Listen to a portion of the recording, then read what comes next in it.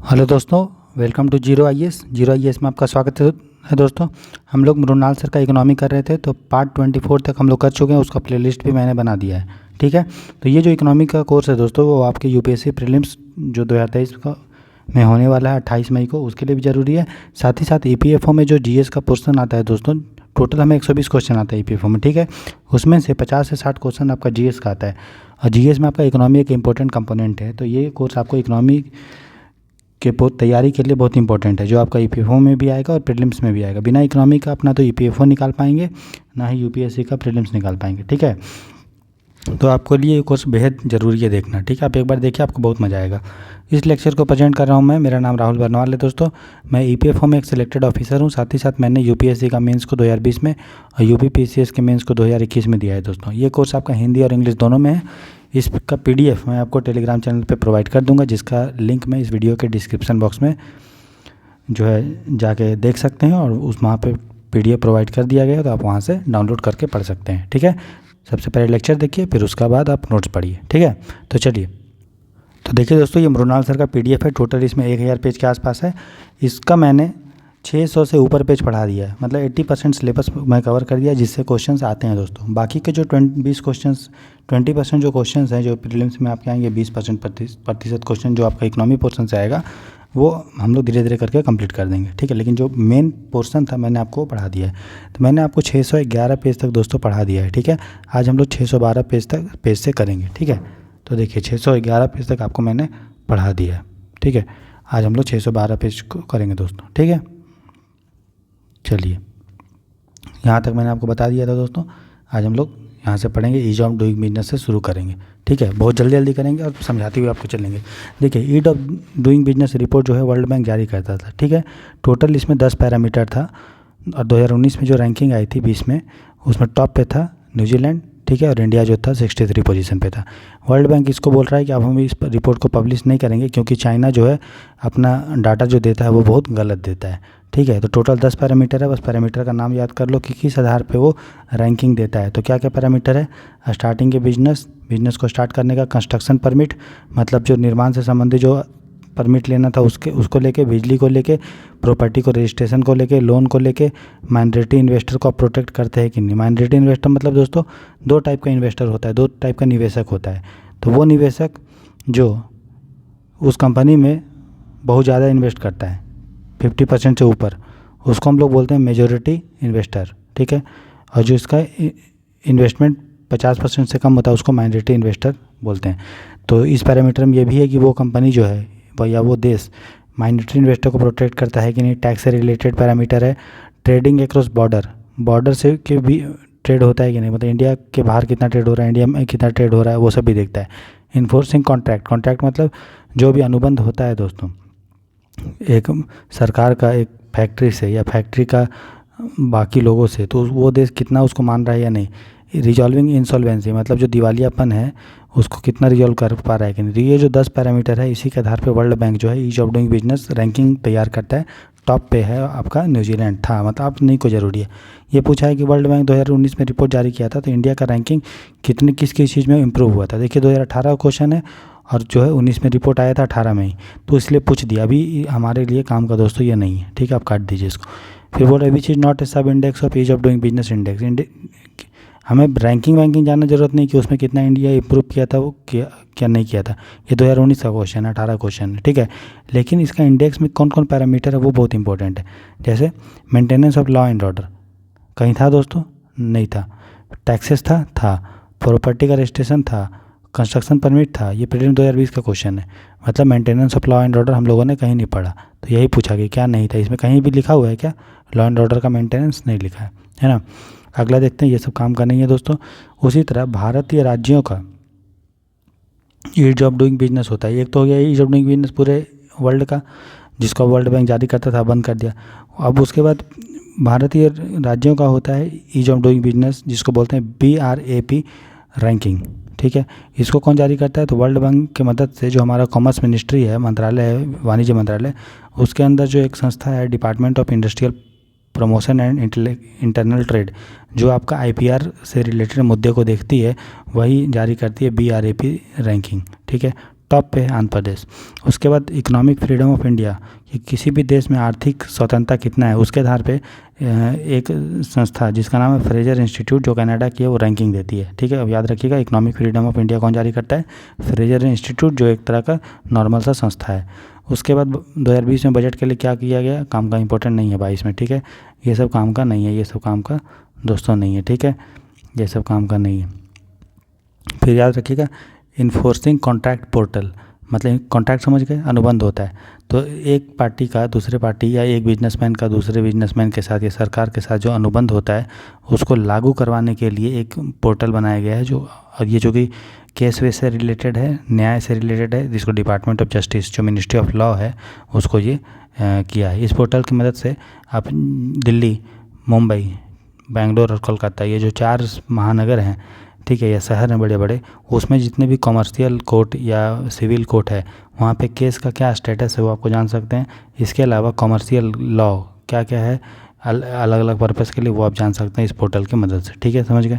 चलिए, उसके बाद इंटरनेशनल आर्बिट्रेशन सेंटर, मतलब अंतर्राष्ट्रीय मध्यस्थता केंद्र बना रहे हैं। देखिए, अगर कहीं भी डिस्प्यूट होता है इंडिया में, तो आप कहाँ जाते हो? कोर्ट में। लेकिन व्यापार से रिलेटेड अगर डिस्प्यूट होगा, अगर आप कोर्ट में जाओगे दोस्तों, तो आपको पता है कोर्ट में कोई भी मैटर कितने लंबे समय तक खींचता है। इससे क्या होगा कि वो मैटर बहुत पेंडिंग होगा, और जो बिजनेसमैन होगा उसको बहुत ख़राब लगेगा दोस्तों, है ना। तो इससे बचने के लिए सरकार की, हमारे देश में सुगमता हो व्यापार का, सरकार ने जो है एक सेंटर बनाया, जिसको बोलते हैं इंटरनेशनल आर्बिट्रेशन सेंटर। ये कहाँ है दोस्तों? तो ये गुजरात के गिफ्ट सिटी में है। गिफ्ट सिटी के बारे में हम लोगों ने पहले पढ़ा है। ठीक है, इससे क्या होगा, जो भी डिस्प्यूट्स हैं, जिसका दायरा जो है अंतर्राष्ट्रीय स्तर का है, उसको हम लोग यहाँ पे डील कर सकते हैं, ताकि बिजनेस हमारे देश में अच्छे से हो। ठीक है, समझ में आ गया। तो ये आर्बिट्रेशन का मतलब होता है मध्यस्थता। मध्यस्थता का मतलब क्या है कि अदालत के बाहर एक तीसरे निष्पक्ष व्यक्ति की मदद से विवाद हल का एक वैकल्पिक तरीका है। जैसे 2 आदमी है, एक ये है एक ये है, दोनों के बीच में युद्ध वो हो गया, लड़ाई हो गया, तो ये कहाँ जाएगा? कोर्ट। अगर कोर्ट जाएगा तो कोई भी वो मैटर बहुत लंबे समय तक कोर्ट में पेंडिंग रहेगा।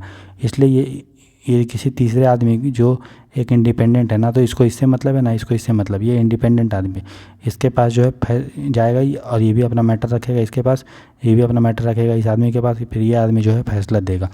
जिस तरह से आपको पता है इंडस वाटर ट्रीटी, सिंधु जल संधि में वर्ल्ड बैंक जो है एक आर्बिट्रेटर का काम कर रही है दोस्तों, है ना। तो इंटरनेशनल आर्बिट्रेशन सेंटर के बारे में आपने समझ लिया, है ना। तो उसके बाद हम लोग का है करप्शन परसेप्शन इंडेक्स, कौन जारी करता है? ट्रांसपेरेंसी इंटरनेशनल, भ्रष्टाचार अनुभूति सूचकांक। टॉप पे कौन है दोस्तों? इसके टॉप पे आपका है, ये कौन सा देश था टॉप पे यार, याद नहीं आ रहा है। डेनमार्क एंड फिनलैंड है। ठीक है, इंडिया बहुत पीछे है। ठीक है, देख लीजिए इंडिया का रैंक जो है घटते आ रहा है। ठीक है, घटा मतलब इंपॉर्टेंट नहीं है कि रैंक कितना है, बस याद रखो इंडिया बहुत पीछे है। फर्स्ट पे डेनमार्क, फिनलैंड जारी करता है ट्रांसपेरेंसी इंटरनेशनल, जो एक आपका एनजीओ टाइप का है। हेड क्वार्टर इसका बर्लिन और जर्मनी में। ठीक है, चलिए, उसके बाद ये सब जानने की ज़रूरत नहीं है। उसके बाद है कि ये सब छोड़ दो। अब देखिए, ईज ऑफ डूइंग बिजनेस अगर आपको बढ़ाना है तो श्रम में सुधार करना पड़ेगा। क्यों? क्योंकि कोई भी फैक्ट्री के लिए क्या क्या चाहिए? लैंड चाहिए, लेबर चाहिए, कैपिटल चाहिए, और एंटरप्रेन्योरशिप चाहिए, है ना। एंटरप्रेन्योरशिप, तो लैंड चाहिए, ज़मीन, लेबर चाहिए। तो लेबर अगर उसमें सुधार करोगे तभी तो कोई भी फैक्ट्री आएगी ना। तो लेबर सुधार का मतलब क्या, कि जो भी कायदा कानून रिलेटेड है लेबर से रिलेटेड, उसको सरकार फ्लेक्सिबल बनाए, कि मज़दूर को आसानी से कोई फैक्ट्री हायर कर ले, और जब ज़रूरत ना हो इसका तो आराम से उसको जो है फैक्ट्री से निकाल सकता है। ऐसा आज़ादी होगा तभी कोई कंपनी जो है यहाँ पे आएगी, है ना। साथ ही साथ मज़दूर का हित को भी हम लोग को ध्यान में रखना है दोस्तों, तो उसी को हम लोग श्रम सुधार बोलते हैं। ठीक है, तो आपको पता है कि जो लेबर है दोस्तों, लेबर माने श्रम जो है दोस्तों, वो किस में है? कंकरेंट लिस्ट में। कंकरेंट लिस्ट को हिंदी में क्या बोलते हैं? समवर्ती सूची। अब देखिए, कोई चीज़ अगर कंकरेंट लिस्ट में है, समवर्ती सूची में है, मतलब उसमें सेंटर भी कानून बना सकता है और राज्य भी कानून बना सकता है, दोनों कानून बना सकते हैं। तो ऐसे करके क्या हुआ, भारत सरकार ने 40 से ऊपर कानून बना दिया। ठीक है, लेबर से रिलेटेड, और स्टेट का भी जो है 150 के ऊपर कानून है। तो जितना ज़्यादा कानून होगा उतने दोनों में उतना ही क्या होगा दोस्तों, कानून को फॉलो करना मुश्किल होगा। तो कोई भी फैक्ट्री नहीं आना चाहेगी, बोलेगी भैया इतना कानून कौन फॉलो करेगा, है ना। और प्लस कानून में अगर बहुत सारा कानून है तो उन कानून के बीच में जो होगा विवाद भी होगा, और क्या होगा, क्लियर कट कुछ लिखा नहीं होगा, है ना। इसीलिए सरकार क्या किया, बोला कि जो है जितने भी कानून है केंद्र सरकार वाला, उस कानून को मर्ज करके भारत ने 4 लेबर कोड बनाया है। 4 लेबर कोड, तो टोटल जो हमारे पास कितना कानून था, 13, 9, 22, 22, 3, 26, 26 और 4, 28। तो टोटल कानून तो सेंटर का था 44, उसमें से 28 कानून को मर्ज कर दिया और सरकार जो है 4 लेबर कोड लेके आई। कोड का मतलब समझ लो कानून, है ना। तो कौन कौन सा 4 लेबर कोड सरकार लेके आई, केंद्र सरकार? तो code on wages 2019, code on industrial relation 2020, code on social security welfare 2020 और code on occupational safety health and working condition 2020। बस आपको इतना ध्यान रखना है। तो एक तो वेतन के लिए है, बस मोटा मोटी याद रखो। दूसरा औद्योगिक संबंध के लिए है। अब देखिए ये सब हम लोग को ईपीएफओ में भी पढ़ना है ना। तो ये सब वहाँ भी सिलेबस है, तो वहाँ भी हम लोग पढ़ेंगे इसको, ठीक है। तो उसके बाद कोड ऑन सोशल सिक्योरिटी सामाजिक सुरक्षा कल्याण संहिता और कोड ऑन व्यावसायिक सुरक्षा स्वास्थ्य और कार्य शर्तों पर श्रम संहिता। तो आपको सीधे से पूछ सकता है कि कोड ऑन वेजेज में कौन कौन से कानून को मर्ज किया गया। तो याद रखोगे, पेमेंट ऑफ वेजेज एक्ट को मर्ज किया गया, minimum wages act, bonus and remuneration act 1976। तो सिंपल से याद रखोगे, एक वेजेज एक्ट है, मिनिमम वेजेज एक्ट, एक है पेमेंट ऑफ वेजेज एक्ट, एक बोनस रिमनरेशन, चारों को मर्ज करके बना दिया कोड ऑफ वेजेज बिल, ठीक है। उसके बाद कोड ऑन इंडस्ट्रियल रिलेशन, औद्योगिक संबंध में 3 चीज़ को ऐड किया गया, trade union, industrial employment and industrial dispute. तो ठीक है, तो आपको याद कर लो इसे, ड्यू, ठीक है, dispute, union and unemployment, dispute, union and unemployment, तीनों को मर्ज किया गया किसमें, इंडस्ट्रियल रिलेशन में, ठीक है। उसके बाद इसमें सोशल सिक्योरिटी में 9 कानून का ऐड किया गया। 9 कानून को पूरा ही जानना जरूरी है, मोटा मोटी याद रखो। मैटरनिटी एक्ट, बेनिफिट, जिसमें महिला जो प्रेग्नेंट होती है उसको हम लोग बेनिफिट देते हैं, छुट्टी देते हैं। पेमेंट ऑफ ग्रेचुटी, ग्रेचुटी का मतलब होता है कि कोई आदमी किसी फैक्ट्री में लंबे समय तक काम करता है तो उसको उतना वहाँ सेवा देने के लिए रिटायरमेंट के समय एक साथ कुछ पैसा दिया जाता है, उसको ग्रेचुटी बोलते हैं, ठीक है। इसके अलावा अनऑर्गेनाइज्ड वर्कर के लिए सोशल सिक्योरिटी एक्ट को भी, जो पहले था 2008 का, उसी इतने सारे कानून को, जो 9 कानून था टोटल, उसको मर्ज करके code on social security and welfare बना दिया गया। उसी तरह 13 जो लेबर एक्ट था सेंट्रल गवर्नमेंट का, फैक्ट्री एक्ट था, plantation labour, mines act, building act, ये सबको मर्ज करके बना दिया है code on occupational safety health and working condition. तो आपको मोटा मोटी याद रखना है कि किस कोड में कौन कौन सा एक्ट को मर्ज किया गया। तो मोटा मोटी आप पढ़ोगे 2-3 बार तो याद हो जाएगा, ठीक है। उसके बाद और भी कुछ रिलेटेड चीज़ जो हम लोग को पढ़ना है लेबर से रिलेटेड, उसका एक है मैटरनिटी बेनिफिट एक्ट। तो मातृत्व लाभ संशोधन, बहुत आसान सा टॉपिक है, 2017 में लाया गया था। इसमें जितने भी फैक्ट्री या माइंस या प्लांटेशन है, शॉप्स है जिसमें महिला काम करती है, उसके लिए ये है। तो जो भी महिला है, ठीक है, जो प्रेग्नेंट है और जिसके 2 बच्चे तक को ये मिलेगा, ठीक है, तो इसको जो है ना छुट्टी, पेड मैटरनिटी लीव मिलता है, मतलब वो छुट्टी ले सकती है लेकिन उसको तनख्वाह भी मिलेगा। तो कितना छुट्टी ले सकती है वो, 12 सप्ताह से लेकर 26 सप्ताह तक का सब ले सकती है, लेकिन कंडीशन है कि सिर्फ 2 ही बच्चे तक को ले पाएगी वो। तो ये तो हो गया, उसका अपना बच्चा रहेगा तब। अगर कोई महिला अगर कोई बच्चे को गोद लेती है 3 साल से छोटे को, तो उसको भी 12 सप्ताह का जो है पेड लीव मिलेगा। और अगर कोई फैक्ट्री में 50 से अधिक वर्कर काम करते हैं, ठीक है, मज़दूर, तो वहाँ पे एक क्रेच का फैसिलिटी होना चाहिए। मतलब क्रेच मतलब एक रूम होगा जहाँ पे छोटा छोटा बच्चा को रखा जाएगा। तो कोई महिला है, ठीक है, प्रेग्नेंट मतलब छोटा बच्चा है, तो ये, और कोई फैक्ट्री है जिसमें वो काम करती है और उस फैक्ट्री में 50 से अधिक वर्कर हैं, तो महिला अपना बच्चा लेके आएगी और क्रेच में रख देगी। तो क्रेच में इसका देखभाल होगा और महिला जो है एक उस समय जब तक वो ऑफिस में रहेगी तब तक 4 बार, कितने बार, 4 बार मिल सकती है जाके, ठीक है। तो उसी को बोलते हैं क्या दोस्तों, क्रेच फैसिलिटी 4 बार मिल सकती है। कब आया था, 2017 में। देखिए यूपीएससी से क्वेश्चन भी पूछा है ना। उसके बाद जब वो मैटरनिटी उसका जब छुट्टी ख़त्म होता है तब जो है बॉस उसको अलाउ कर सकता है कि वो घर से काम करे, ठीक, सही है। उसके बाद अगला है पेमेंट ऑफ वेजेज एक्ट 2017। इसमें ये बोला गया कि जो भी मालिक है वो पेमेंट करेगा अपने वर्कर को, वो सिर्फ कैसे करेगा, कैशलेस करेगा, मतलब सीधे बैंक अकाउंट में डाल देगा, उसको वो कैश नहीं देगा, ठीक है। उसके बाद child labour prohibition amendment act 2016 में पास किया गया। इसमें जो भी चाइल्ड है, चाइल्ड कौन है, तो 0 से 14 साल के बच्चों को चाइल्ड बोला जाता है। तो जो 14 साल से कम के बच्चे हैं वो किसी भी जो है एम्प्लॉयमेंट नहीं कर सकते हैं, कुछ को छोड़ के। जैसे टीवी, सिनेमा, स्पोर्ट्स में काम कर सकते हैं लेकिन सर्कस में काम नहीं कर सकते। मतलब 0 से 14 साल के जो बच्चे रहेंगे वो लगभग एरिया में बैंड है काम करना, लेकिन कुछ में कर सकते हैं। जैसे टीवी में आपने देखा होगा कि छोटे छोटे बच्चे काम करते हैं, सिनेमा में करते हैं, स्पोर्ट्स में खेलते हैं, लेकिन सर्कस में नहीं करेंगे। उसी तरह नॉन हजार्डस फैमिली में नहीं कर एंटरप्राइज में नहीं करेंगे, मतलब फैमिली वाला जो बिजनेस होगा उसमें करेगा, लेकिन वो ख़तरनाक नहीं होना चाहिए। जैसे कि कोई फैक्ट्री है, कि कोई आदमी है, ठीक है, वो माचिस बना रहा है घर पे, ठीक है, तो माचिस तो हजार्डस है तो उसमें वो काम नहीं करेगा, लेकिन उसको वो छोला चाट बेच रहा है तो उसमें छोटा छोटा बच्चा उसका अपना काम कर सकता है, लेकिन स्कूल के समय नहीं, स्कूल के समय को छोड़ के छोटा छोटा बच्चा काम कर सकता है फैमिली वाले बिजनेस में, लेकिन वो हजार्डस खतरनाक नहीं होना चाहिए, ठीक है। तो ये तो रहा 0 से 14 साल के बच्चे के लिए। और 14 से जो 18 साल के बच्चे हैं दोस्तों, 14 to 18, उसके लिए क्या है? तो इसके लिए बोला गया कि ये बच्चे आसानी से काम कर सकते हैं, लेकिन ये हजार्डस में काम नहीं करेंगे, नॉन हजार्डस में काम करेंगे। समझ में आया? इसमें क्या डिफरेंस है? इसमें बोल रहा है कि नॉन हजार्डस में काम करेंगे और इसमें भी बोल रहा है नॉन हजार्डस में, लेकिन 0 से 14 साल के बच्चे को बोल रहा है सिर्फ फैमिली वाला जो नॉन हजार्डस होगा उसी में, दूसरे के परिवार का बिजनेस में काम नहीं कर सकते। इसमें बोल रहा है कि दूसरे के परिवार में कहीं भी कोई भी बिजनेस में काम कर सकते हैं, कंडीशन यही कि हजार्डस नहीं होना चाहिए, ठीक है। अगर कोई इसको वायलेट करता है तो उसको जेल भी हो सकता है और फाइन भी लिया जा सकता है, और डीएम को एडिशनल पावर दिया गया है, ठीक है। उसके बाद अप्रेंटिस अमेंडमेंट एक्ट है, जो प्रशिक्षु होते हैं, जो ट्रेनिंग में होता है उसको हम लोग प्रशिक्षु बोलते हैं, ठीक है। तो इसके लिए सरकार जो है लेके आई है प्रशिक्षु एक्ट, है ना। पहले क्या होता था, गवर्नमेंट डिसाइड करती थी कि कितना इसको जो है भत्ता मिलेगा, अप्रेंटिस मिलेगा, स्टाइपेंड मिलेगा, हॉलीडे, ओवर टाइम, लेकिन अब छोड़ दिया गया है कि इस पे दोस्तों फैक्ट्री ऑनर पे वो डिसाइड करेगा कि कितना इसको छुट्टी मिलेगा, कितना इसको स्टाइपेंड मिलेगा, ठीक।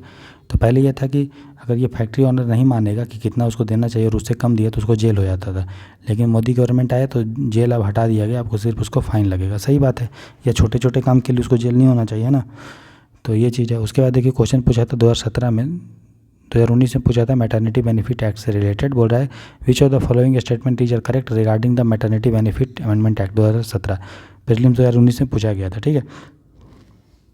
बोल रहा pregnant women are entitled for 3 months pre delivery and 3 months post delivery paid leave. बोल रहा है कि जो महिला प्रेग्नेंट गर्भवती होती है उसको डिलीवरी के पहले 3 महीना छुट्टी मिलता है, अगर डिलीवरी के बाद 3 महीना छुट्टी मिलता है। ऐसा नहीं है दोस्तों, टोटल लिखा हुआ है कि 12 से 26 हफ्ता का उसको छुट्टी मिलेगा, चाहे वो डिलीवरी के पहले ले ले या डिलीवरी के बाद ले ले, उस पर डिपेंड करता है। समझ में आया? तो पहला तो नहीं होगा, जैसे ही पहला नहीं होगा मतलब ये ऑप्शन कट गया। अब देखते हैं दूसरा, बोला enterprises with creche must allow the maximum mother minimum 6 creche visit, 6 बार विजिट करना अलाउ नहीं है। कितने बार है? 4 बार, ठीक है। और देखिए पूछा कब था? 2019 में। कानून कब आया था दोस्तों? 2017 में, ठीक है। लेकिन उस समय न्यूज़ में होगा इसीलिए पूछा, 2 साल पहले का नहीं पूछता जनरली, ठीक है। और वैसे भी मैंने बताया था यूपीएससी जो है नंबर गलत देता है, बताया था पहले भी, तो इसमें भी नंबर है, इसमें भी नंबर है, ठीक है। बोला women with 2 children gate reduced entitlement, ठीक है। तो वीमेन जिसका 2 बच्चे होंगे, ठीक है, उसको हम लोग रिड्यूस्ड इंटाइटलमेंट मिलेगा, मतलब कम मिलेगा, ठीक है। तो एकदम सही बात है ना। तो जो आंसर करेक्ट है दोस्तों वो है हमारा 3 ओनली, ठीक है। दूसरा तो गलत है, तीसरा मेरा सही है क्योंकि 2 ही बच्चे तक को मिलता है, ठीक। अगला देखते हैं ईज ऑफ डूइंग बिजनेस से रिलेटेड जो टर्म है हमारा fix term employment 2018। Fix term employment का मतलब कोई भी फैक्ट्री का मालिक अगर फिक्स टर्म के लिए मतलब 5 महीने के लिए किसी को नौकरी पे रखता है, 8 महीने के लिए रखता है कि 8 महीने के बाद तुमको हम निकाल देंगे, तो उसको हम लोग फिक्स टर्म एम्प्लॉयमेंट बोलते हैं, मतलब निश्चित अवधि कामदार, ठीक है। तो भारत सरकार ने एक ऑर्डर पास किया था industrial employment standing order act, तो ये सभी मैन्युफैक्चरिंग सेक्टर में ये वाला कानून काम करेगा, ठीक है। इसमें ये बोला गया है कि फैक्ट्री जो है फिक्स टर्म के लिए किसी को रख सकता है और जब टाइम ख़त्म हो जाएगा तो फिर उसको बिना नोटिस के उसको जो है निकाल सकता है, ठीक है। नो नोटिस, उसको कोई भी नोटिस की ज़रूरत नहीं है। मतलब कोई फैक्ट्री है, अगर किसी आदमी को 5 महीने के लिए रखा है तो 5 महीने के बाद बिना इसको नोटिस दिए जो है उसको नौकरी से निकाल सकता है, ठीक है। यही रिलेटेड है, इसी को बोलते हैं फिक्स टर्म एम्प्लॉयमेंट। और 2018 में ऑर्डर पास किया गया था, क्या ऑर्डर था मैंने आपको बता दिया, ठीक है। तो क्वेश्चन पूछा था इसी से रिलेटेड यूपीएससी प्रीलिम्स 2019 में। देखिए रूल्स आया था कब? 18 में, क्वेश्चन पूछा 19 में, मतलब 1 साल पहले का इंपॉर्टेंट चीज़ आपको पूछ रहा है। सब चीज़ नहीं पूछता है, अगर आपको नहीं आता है तो आप इसको क्रॉस कर सकते हो, समझ रहे हो। कोई ज़रूरी नहीं है कि सब चीज़ पढ़ना है ना, वो लिमिटेड चीज़ पढ़िए। अगर कुछ चीज़ पकड़ा जा रहा है तो बनाइए, क्योंकि आपको यूपीएससी में 100 क्वेश्चन सॉल्व नहीं करना है दोस्तों। आपको इसमें जो है 60 से 65 क्वेश्चन अगर आप सही कर लोगे तो आपका हो जाएगा। और मैं ये गारंटी देता हूँ कि जो भी बच्चा मेरे से लेके अभी से लेके 28 मई तक कंटिन्यू मेरे साथ कांटेक्ट में रहेगा, मैं जो पढ़ाऊँगा पढ़ेगा और प्रैक्टिस करेगा तो आराम से उसका प्रीलिम्स निकल जाएगा, ये गारंटी मैं 100% लेता हूँ। लेकिन कंडीशन यही है कि आपको भी दम लगा के पढ़ाई करना पड़ेगा, जिस तरह मैं आपको पढ़ा रहा हूँ, ठीक है। आपका ईपीएफओ में भी सिलेक्शन होगा, यूपीएससी भी निकलेगा, बस आप मेहनत करो और कॉन्फिडेंट में रहो। क्योंकि अगर आप मेहनत कर रहे हो और कॉन्फिडेंट नहीं है, विश्वास नहीं, आत्मविश्वास नहीं है, तो फिर आपका कुछ नहीं हो सकता। आप कॉन्फिडेंट में रहिए कि आप सही डायरेक्शन में तैयारी कर रहे हैं, खूब मेहनत करिए, रगड़ के करिए, दिन रात एक कर दीजिए। लेकिन हाँ, दिन रात एक करिए लेकिन प्रेशर मत लीजिए, कोई स्ट्रेस मत लीजिए, ठीक है। खुश होके मस्त से तैयारी कीजिए कि भैया हम यूपीएससी का तैयारी कर रहे हैं तो हम कॉन्फिडेंट हैं, ठीक है, और मेरा सिलेक्शन होगा। बस ये मोटिवेशन होना चाहिए, हमेशा चेहरे पे स्माइल होना चाहिए, स्ट्रेस में मत पड़िए। बात समझ में आ रहा है ना। चलिए, तो ये हो गया। तो क्वेश्चन देखते हैं दोस्तों। बोल रहा है if rules for fix term employment are implemented it becomes easier for the firms to lay off worker. बोल रहा है अगर फिक्स टर्म एम्प्लॉयमेंट हम लोग इम्प्लीमेंट कर रहे हैं, मतलब निश्चित अवधि वाला, तो फैक्ट्री के लिए आसान होगा कि किसी भी वर्कर को निकालना। तो सही बात है, 5 महीने कोई फैक्ट्री को अगर 5 महीने के लिए अधिक वर्कर की ज़रूरत पड़ेगी तो 5 महीने के लिए वो रख लेगा, और जब जैसे ही 5 महीने ख़त्म हो जाएगा तो फिर जो फैक्ट्री है उसका डिमांड पूरा हो जाएगा तो फिर इसको आराम से निकाल सकता है। वहीं अगर इसको ऐसा रहता है कि कोई फैक्ट्री को रखना पड़ता है कोई मज़दूर को जीवन भर के लिए, मतलब पूरे एम्प्लॉयमेंट तक, तो उसको आसानी से ले ऑफ करना पॉसिबल नहीं होता। ले ऑफ का मतलब होता है दोस्तों छटनी, या मतलब हटाना। तो ये हमारा सही है। दूसरा, no notice of termination of employment shall be necessary. तो सही बात है, कोई भी जो है नोटिस नहीं देना पड़ेगा अगर हम उसको हटाना है, तो ये हमारा सही है। ठीक, तो वो तो 1 और 2 होगा। ठीक है दोस्तों, अगला टॉपिक देखते हैं मिनिमम वेजेज, मतलब न्यूनतम वेतन। तो न्यूनतम वेतन का क्या मतलब है? मतलब ऐसा वेतन जिससे आप आसानी से जो है जीवन यापन कर सकते हैं। ठीक है, या तो वो दिन के हिसाब से डिसाइड होता है कि एक दिन में आपको कितना दिया जाएगा, या घंटे के हिसाब से डिसाइड होता है दोस्तों। ठीक है ठीक, तो बस इसमें इतना ही जानने की ज़रूरत है, बाकी तो नहीं है दोस्तों। ठीक है ना, आगे देखते हैं। मिनिमम वेज को लेके कमेटी बैठा था जिसका नाम है अनूप सतपथी कमेटी। इंपॉर्टेंट है कि अनूप सतपथी कमेटी न्यूज़ में था, किस चीज़ से रिलेटेड है? तो न्यूनतम मजदूरी से रिलेटेड है दोस्तों। ठीक है, न्यूनतम मजदूरी के लिए सरकार ने क्या लाया? कोड ऑन वेजेज, जिसको वेतन कोड संहिता बोलते हैं। तो हमने देखा था उसमें 4 कानून को मर्ज करते हैं, वेजेज वाला, मिनिमम वेजेज वाला, बोनस वाला और रिम्यूनरेशन वाला। Wages, payment of wages, minimum wages, bonus and remuneration. Remuneration का मतलब क्या होता है? समान मजदूरी। अगर कोई आदमी है, कोई मेल है, कोई फीमेल है, दोनों सेम काम कर रहा है तो सेम काम के लिए सेम वेतन मिलेगा, ऐसा बोलता है इक्वल रिम्यूनरेशन। तो चारों जो कानून था, minimum wages, payment of wages, bonus and remuneration, चारों को मर्ज करके कोड ऑन वेजेज बना दिया गया 2019 का। बात समझ में आया? अब हम लोग इसका कुछ फीचर देखेंगे। ठीक है, तो सबसे पहले ये देखिए, न्यूनतम मजदूरी होगा वो डिसाइड कौन करेगा? तो दोनों डिसाइड करता है, केंद्र सरकार भी करता है, राज्य सरकार भी करता है। ठीक, तो केंद्र सरकार किसके लिए डिसाइड करता है? जो एयर ट्रांसपोर्ट सर्विस होगा, जो हवाई जहाज चल रहा है उसमें कोई मजदूर काम कर रहा है तो उसको कितना वेज दिया जाएगा वो, या रेलवे में जो काम कर रहा है उसके लिए, पोर्ट्स में काम कर रहा है, माइंस में, ऑयल फील्ड में, टेलीकम्युनिकेशन में, बैंकिंग में, या इंश्योरेंस कंपनी में, इन सब के लिए। और इसके अलावा सेंट्रल गवर्नमेंट का जॉब्स है, सेंट्रल पब्लिक सेक्टर, मतलब सेंट्रल गवर्नमेंट की कोई कंपनी है, उसके लिए जो डिसाइड किया जाएगा क्या? मिनिमम वेजेज, वो कौन डिसाइड करेगा? Union government. बाकी जितना चीज़ बच गया उसको कौन डिसाइड करेगा? State government. बात समझ में आए? तो यूनियन गवर्नमेंट किसका डिसाइड करता है, स्टेट गवर्नमेंट किसका करता है, मैंने ये बता दिया। तो स्टेट गवर्नमेंट जो डिसाइड करता है कितना न्यूनतम मजदूरी होगा, वो अपने मन से करता है क्या? नहीं, उसके लिए सरकार जो है कमेटी बनाया है, इसका नाम है, मतलब एक बोर्ड बनाया जिसका नाम है central advisory board of board, central advisory board. तो सेंट्रल एडवाइजरी बोर्ड में कौन कौन होता है?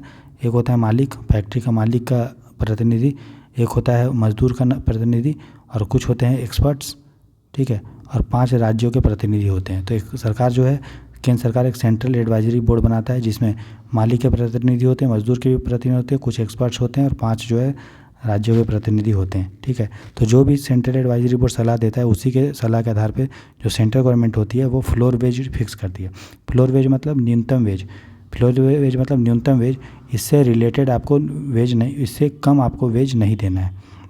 ठीक है, तो सेंट्रल एडवाइजरी बोर्ड की सलाह पे जो भारत सरकार होती है वो डिसाइड कर दिया गया फ्लोर वेज, मतलब इसके नीचे आप जो है न्यूनतम मजदूरी नहीं दे सकते। और ये जो फ्लोर वेज डिसाइड होता है वो एरिया टू एरिया वेरी करता है। मतलब दिल्ली में आपको पता है जीवन यापन बहुत महंगा है, तो दिल्ली में जो न्यूनतम मजदूरी होगा दोस्तों, और जो पंजाब, जो आपका बिहार में होगा, वो दोनों में डिफरेंट होगा, क्योंकि दोनों का ज्योग्राफी अलग है, डिमांड अलग है। ठीक है ना, समझ में आ रहा है? तो ठीक है, उसके बाद स्टेट गवर्नमेंट डिसाइड करती है बाकी चीज़ों के लिए, है ना। तो इसके लिए राज्य सरकार का भी एडवाइजरी बोर्ड है, स्टेट एडवाइजरी बोर्ड, और राज्य सरकार को जो है न्यूनतम मजदूरी डिसाइड कर सकती है जो फ्लोर वेज के बराबर होगा। फ्लोर वेज कौन डिसाइड किया? Central government. तो सेंट्रल गवर्नमेंट जितना फ्लोर वेज मान लो 100 रुपये डिसाइड किया कि इससे, तो या तो राज्य सरकार डिसाइड करे न्यूनतम मजदूरी, या तो वो 110 रुपये रख सकती है, या 100 रुपये रख सकती है। 100 रुपये के नीचे नहीं रख सकती है। मतलब जो भी केंद्र सरकार फ्लोर वेज डिसाइड करता है उसके नीचे राज्य सरकार अपना न्यूनतम मजदूरी नहीं रख सकती है। समझ में आया? चलिए, और बोला गया है कि हर 5 साल में ये जो न्यूनतम मजदूरी केंद्र सरकार राज्य सरकार बताती है उसको रिवाइज करना पड़ेगा। ठीक है, तो फिर वही सेंट्रल एडवाइजरी बोर्ड या स्टेट एडवाइजरी बोर्ड की सलाह पे केंद्र सरकार और राज्य सरकार जो है अपना जो है वेरी करेगी, है ना। और क्या क्या फीचर है दोस्तों कोड एंड वेजेज का, तो ओवर टाइम का भी प्रावधान है कि कोई आदमी जो है ओवर टाइम करता है, मतलब 8 घंटा उसका काम करने का या 6 घंटा काम करने का, तो उससे अगर एक्स्ट्रा काम करता है तो जितना भी उसका तनख्वाह होगा नॉर्मल वेजेज उसको ओवर टाइम दिया जाएगा, कितना, उससे 2 गुना। मान लो उसका मिनिमम उसका वेज होगा एक दिन का 1000 रुपया, तो वो अगर ओवर टाइम करता है, ओवर टाइम मतलब जितना उसको काम करना था उससे अधिक काम करता है, तो उसको कितना ओवर टाइम दिया जाएगा पैसा, 2 × 1000 रुपये, 2000 रुपये उसको मिनिमम दिया जाएगा, मतलब उसके वेज का 2 गुना मिनिमम दिया जाएगा, उससे ज़्यादा भी मिल सकता है, ठीक है। तो ये फिक्स कौन करेगा दोस्तों, ये करेगा यूनियन गवर्नमेंट या स्टेट गवर्नमेंट, ठीक है, समझ में आया। उसी तरह पेमेंट कब देना है, डेली देना है या महीना में देना है या 15 दिन में देना है या 1 दिन में देना है, ये कौन डिसाइड करेगा, मालिक करेगा, ठीक है। ऑनलाइन पैसे में देना है, करेंसी में देना है, चेक में देना है, किस में देना है, वो इलेक्ट्रॉनिक में देना है, ये भी कौन डिसाइड करेगा, आपका कौन डिसाइड करेगा, बॉस डिसाइड करेगा, मालिक, ठीक है। उसके बाद डिडक्शन कितना पैसा काटना है पेनल्टी में, एब्सेंस में रहा तो या घर लिया तो, लोन लिया तो, ये भी मालिक डिसाइड करेगा। बोनस देने का अधिकार क्या है कि अगर कोई आदमी जो है अगर उसकी सैलरी कुछ रुपये से कम है तो उसको बोनस पाने का अधिकार है, ठीक है। कुछ कितने से कम है ये वैरी करता है, तो उसको बोनस कितना मिलेगा, या तो 100 रुपया या तो उसके तनख्वाह का 8.33% जो भी हाई होगा, समझ में आया, ठीक है, समझ में आ गया ना। ये मान ली उसको तनख्वाह है 1000 रुपये, ठीक है, तो उसको कितना मिलेगा बोनस, या तो 100 रुपया या 8.33%, 1000 का, तो 1000 का 8.33% कितना हुआ, 83.33 रुपया। तो बोले दोनों में से जो ज़्यादा होगा, या तो 100 रुपया या जो हम निकाले हैं, दोनों में से जो ज़्यादा होगा वही मिलेगा। तो 100 रुपये ज़्यादा है 83 रुपये से, तो बोनस उसको मिलेगा 100 रुपये, लेकिन but not more than 20% of his annual wages, लेकिन उसका जो भी साल में जो भी कमाता होगा बोनस उसके 20% से ज़्यादा नहीं होना चाहिए। उतना इंपॉर्टेंट जानना नहीं है, बस छोड़ दो इसको, ठीक है। फिर हम लोग भेदभाव नहीं करेंगे, मतलब कोई महिला और पुरुष सेम काम कर रहा है तो उसको वेतन भी समान मिलेगा। कोई आदमी अगर इसको नहीं मान रहा है तो उसको जो है 3 महीने का जेल और 1 लाख तक का फाइन मिल सकता है दोस्तों, ठीक है। उसी तरह ईज ऑफ डूइंग बिजनेस को बढ़ाने के लिए, व्यापार में सुगमता को अच्छा करने के लिए फैक्ट्री एक्ट में रिफॉर्म किया गया, ठीक है। फैक्ट्री एक्ट देखिए दोस्तों 1948 का था फैक्ट्री एक्ट, जो वर्कर के फैक्ट्री सेफ्टी और हेल्थ से रिलेटेड था। तो फैक्ट्री एक्ट में जो था वो किसके लिए अप्लीकेबल था, तो जो भी फैक्ट्री होती है जहाँ पे कुछ बनता है या कुछ मैन्युफैक्चरिंग होता है तो वहाँ पे अगर 10 से अधिक लोग काम करते हैं, पिछले 12 महीने में 10 से अधिक लोग अगर वहाँ पे काम कर रहे हैं कभी भी, तो वहाँ पे फैक्ट्री एक्ट लग जाएगा। कंडीशन यही है कि 10 लोग काम कर रहे हैं तो वहाँ पे काम होना चाहिए किससे दोस्तों, इलेक्ट्रिक पावर यूज होना चाहिए, ठीक है, पावर यूज होना चाहिए, मोटर चलना चाहिए। तो जो भी फैक्ट्री में मोटर का यूज करके प्रोडक्शन हो रहा है और वहाँ पे 10 या 10 से अधिक वर्कर काम करते हैं तो वहाँ पे फैक्ट्री एक्ट ऑटोमेटिकली लग जाएगा। और जहाँ पे पावर नहीं हो रहा, जहाँ पे लोग हाथ से काम कर रहे हैं, वहाँ पे कंडीशन ये है कि 20 या 20 से अधिक वर्कर काम कर रहे हैं तो उसको फैक्ट्री कहा जाएगा दोस्तों, ठीक है, समझ गए। तो वहाँ पे अगर एक बार फैक्ट्री को डिसाइड हो गया और 10 से अधिक वर्कर काम कर रहे हैं बिना पावर से और 20 से अधिक वर्कर काम करें बिना पावर के, तो वहाँ उसको फैसिलिटी प्रोवाइड करना पड़ेगा मालिक को, किस किस चीज़ का, वॉशरूम का, ड्रिंकिंग वाटर का, थूकने का, करेचे का और भी फैसिलिटी, ठीक है। साथ ही साथ महिला, इस फैक्ट्री एक्ट में 1948 में ये लिखा गया था कि कोई भी महिला रात में काम नहीं करेगी और डेंजरस मशीन में काम नहीं करेगी, ये बोला गया है, ठीक है। लेकिन फिर देखा गया कि फैक्ट्री का ग्रोथ नहीं हो रहा है, ठीक है, इतना आप रेस्ट्रिक्शन रख दोगे तो कैसे होगा, ठीक है। तो फिर फैक्ट्री बिल जो है 2014 आया दोस्तों, ठीक है। तो इसमें क्या बोला गया, अभी ये एक्ट नहीं हुआ है, इसमें ये बोला गया कि कोई ये जो फैक्ट्री का डेफिनेशन को रिलैक्स कर गया, जो 10 और 20 का था क्राइटेरिया वो ख़त्म कर दिया गया। अब एक ही क्राइटेरिया रख दिया गया कि जो भी फैक्ट्री जिसमें 20 या 20 से ऊपर वर्कर काम करते हैं उसी को फैक्ट्री बोलेंगे। लेकिन ये अभी चूँकि बिल है लागू नहीं हुआ है, इसे ईज ऑफ डूइंग बिजनेस बढ़ेगा क्योंकि फैक्ट्री अब जो है बड़ा होगा इसमें, ठीक है, समझ में आए। साथ ही साथ महिला को पहले रात में काम करने का नहीं था परमिशन और डेंजरस मशीन के आसपास नहीं काम करने का था। अब लिखा है कि महिला रात में कर सकती है काम और ख़तरनाक मशीन के आसपास भी कर सकती है, लेकिन कंडीशन यही है कि महिला को सुरक्षा प्रदान करना चाहिए, मालिक को देना चाहिए सुरक्षा, ठीक है। अभी ये लागू नहीं हुआ है कानून, ठीक है ना। चलिए अगला जो हमारा कानून है वो है इंडस्ट्रियल डिस्प्यूट एक्ट 1947 और 2010, औद्योगिक विवाद अधिनियम 1947 और 2010। इसमें ये लिखा है दोस्तों तो ये दोस्तों 1947 का कानून है, 2010 में इसको चेंज किया गया था। तो पहले वाले कानून में ये लिखा था कि कोई भी फैक्ट्री जहाँ 100 या 100 से ऊपर वर्कर काम करते हैं, तो अगर वहाँ के मालिक को, फैक्ट्री के मालिक को किसी वर्कर को छटनी करना है, नौकरी से हटाना है, तो उसको राज्य सरकार से परमिशन लेना पड़ेगा, ठीक है। और अगर उसको उसके टाइम के घंटे को चेंज करना है या छुट्टी का जो कंडीशन है वो चेंज करना है, तो उसके लिए पहले उसको वर्कर को नोटिस देना पड़ेगा, ठीक है। तो अगर वर्कर इससे खुश नहीं है तो वो जाके लेबर मिनिस्ट्री में कंप्लेन कर सकते हैं। तो इससे क्या होगा दोस्तों, आप देख रहे हो कि इससे जो फैक्ट्री का मालिक है उस पर बहुत सारा रेस्ट्रिक्शन लगा दिया गया। तो फैक्ट्री नहीं चाहेगी यार ग्रो करना, वो नहीं चाहेगी कि लेबर को रखना, वो सोचेगी यार क्यों मजदूर को रखें, हम काम जो है मशीन से कर लेंगे। इससे क्या होगा, वर्कर को रोज़गार नहीं मिलेगा। तो इसको दूर करने के लिए सरकार जो है लेकर आई है इंडस्ट्रियल डिस्प्यूट एक्ट 2010 में चेंज की, है ना। तो इस एक्ट में ये लिख दिया गया 2010 में, ठीक है, कि ये जो है कुछ जो है चेंज जो है किया गया। क्या चेंज किया गया इंपॉर्टेंट नहीं है आपको जानना। क्यों नहीं जानना जरूरी है, क्योंकि इंडस्ट्रियल डिस्प्यूट एक्ट जो है दोस्तों उसको मर्ज कर दिया गया कोड ऑन इंडस्ट्रियल रिलेशन, जैसा हम लोगों ने ऊपर देखा था, है ना। तो हम लोग कोड ऑन इंडस्ट्रियल रिलेशन जब अच्छे से पढ़ेंगे तो जानेंगे, ठीक है। उसके बाद जन विश्वास अमेंडमेंट बिल, ये सब आपको इम्पोर्टेंट नहीं है दोस्तों, ठीक है। उसके बाद है श्रम सुविधा पोर्टल, ठीक है। तो मिनिस्ट्री ऑफ लेबर के अंदर में श्रम सुविधा पोर्टल है। श्रम माने लेबर, सुविधा मतलब फैसिलिटी प्रोवाइड करना, अच्छा पोर्टल है, ठीक है। तो इसमें क्या है कि कोई भी लेबर इंस्पेक्टर है जो फैक्ट्री को इंस्पेक्ट करता है, देखता है कि वहाँ पे लेबर का अच्छे से ख्याल रखा जा रहा है कि नहीं। तो जो जहाँ पे वो इंस्पेक्शन के लिए जा रहा है, जांच पड़ताल के लिए जा रहा है, तो जब भी वो जांच पड़ताल कर ले तो जो भी उसको रिपोर्ट अपलोड करना पड़ेगा 48 घंटे के अंदर, ठीक है। इससे क्या होगा, जो घूस का चांसेस है वो कम हो जाएगा। साथ ही साथ जो भी मकान मालिक बोल रहा है, जो भी फैक्ट्री का मालिक है वो ऑनलाइन रजिस्ट्रेशन करवा सकता है और ESIC EPFO का जो भी पैसा है दोस्तों, PF का पैसा ऑनलाइन पेमेंट कर सकता है। साथ ही साथ जो मालिक है वो कंप्लायंस रिपोर्ट भी अपलोड कर सकता है कि हम ये कानून को फॉलो करते हैं। तो इसके लिए सरकार ने समाधान पोर्टल भी लेके आया। जो भी डिस्प्यूट्स होता है ना, उसको सरकार इस पोर्टल के माध्यम से हैंडल करती है दोस्तों, ठीक है।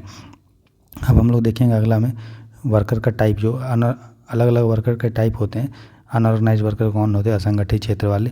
उसके लिए सरकार ने ई श्रम पोर्टल जो है लेके आया है। तो ई श्रम पोर्टल क्या है दोस्तों, ये एक डेटाबेस है, एक पोर्टल है, ठीक है, ठीक है। उसके मदद से, है ना, देखिए क्या लिखा हुआ है, देखिए जो भारत सरकार का श्रम मंत्रालय है दोस्तों, वो एक डेटाबेस बनाता है। डेटाबेस मतलब एक कलेक्शन ऑफ डाटा जहाँ पे कलेक्ट करके एक डेटाबेस बना देगा। जैसे एक स्कूल में कितने बच्चे हैं, उसके कितने मार्क्स आ रहे हैं, कौन उसका मम्मी पापा है, कौन उसका कास्ट नहीं, कौन उसका मेल है, उसमें कौन फीमेल कौन है, तो उसको एक डेटाबेस बोलते हैं। जैसे आप भी डेटाबेस बनाते होगे, है ना।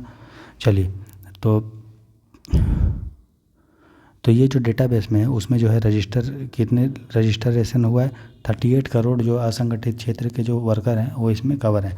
उसमें कौन आते हैं, तो जो कंस्ट्रक्शन में काम करते हैं, माइग्रेंट वर्कर जो हैं, ठेला वेला लगाते हैं, डोमेस्टिक वर्कर, दूध वाला, truck driver, fisherman, agriculture worker, ये सब असंगठित क्षेत्र में आते हैं दोस्तों, ठीक है। तो ये जो भी अनऑर्गेनाइज्ड वर्कर होते हैं, संगठित क्षेत्र में जो वर्कर आते हैं, ये अपना रजिस्ट्रेशन करवा सकते हैं। इस श्रम सुविधा पोर्टल में कोई इसमें रजिस्ट्रेशन फी नहीं लगेगा। और एक बार अगर आपने रजिस्ट्रेशन करवा लिया तो आपको ई श्रम कार्ड मिलेगा और आपको UAN से उसको लिंक करना पड़ेगा। तो UAN आपको मिल जाएगा। तो UAN मिलने से आपको क्या होगा, आप जहाँ भी काम करोगे तो आपका PF का पैसा जो है उसमें कटेगा और फिर आपको जो है रिटायरमेंट होगा तब आपको पेंशन भी मिलेगा और आपको फिर PF का पैसा भी मिलेगा, भविष्य निधि मिलेगा, ठीक है।